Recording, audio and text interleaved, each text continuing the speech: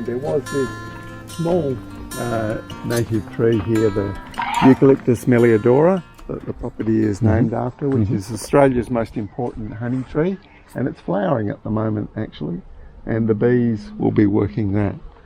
So, but we've pruned that up to allow the winter sun to come in, and but there are also some big sheltering eucalypts behind the property on the street to the south on the away from the sun, so it's not in the shading the property in the winter, and it's also not in the prime fire sector.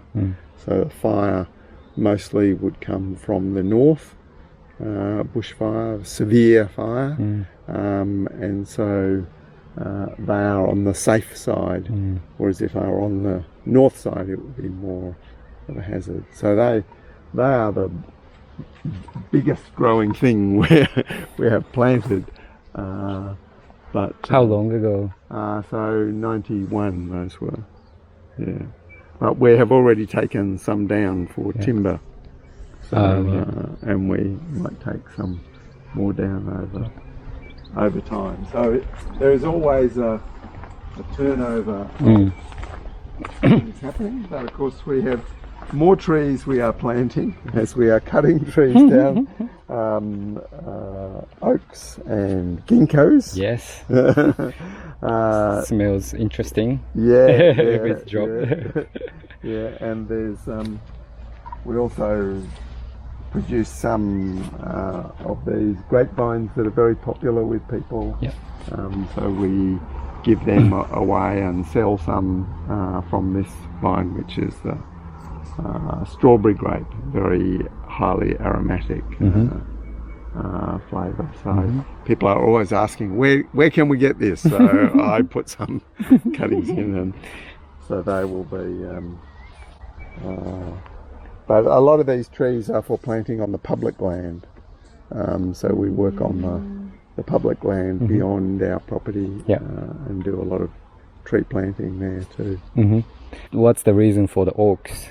Well, the oaks are, firstly, they are very drought hardy and strong, but low fire hazard compared with the eucalypts, and they produce leaves which can be eaten by the animals like goats and improve the soil, and of course they produce the acorns, which Sue says they are her goat lollies that she gives to the goats. So she has buckets of them over there, and that is always very, very good. And of course, people can also process acorns to get rid of the tannin, the bitterness, and it is then like maybe not as sweet as a chestnut, but it's human food.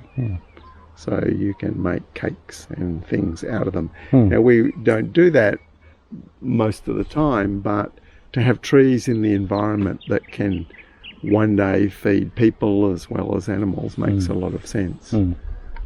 Also, the oaks have a very dense canopy, even the ones that lose their leaves in the winter, and shade out the very rampant growth of blackberry, which is very common here, whereas the eucalypts have a thin foliage, and so the blackberries still grow underneath. So we think the oaks are a much more appropriate tree for sort of close settlement and permaculture systems and places, especially in sort of bushfire prone areas. But they are fairly slow to get established, and of course they quickly grow a big long taproot, and so they're not as easy to transplant as a lot of other trees.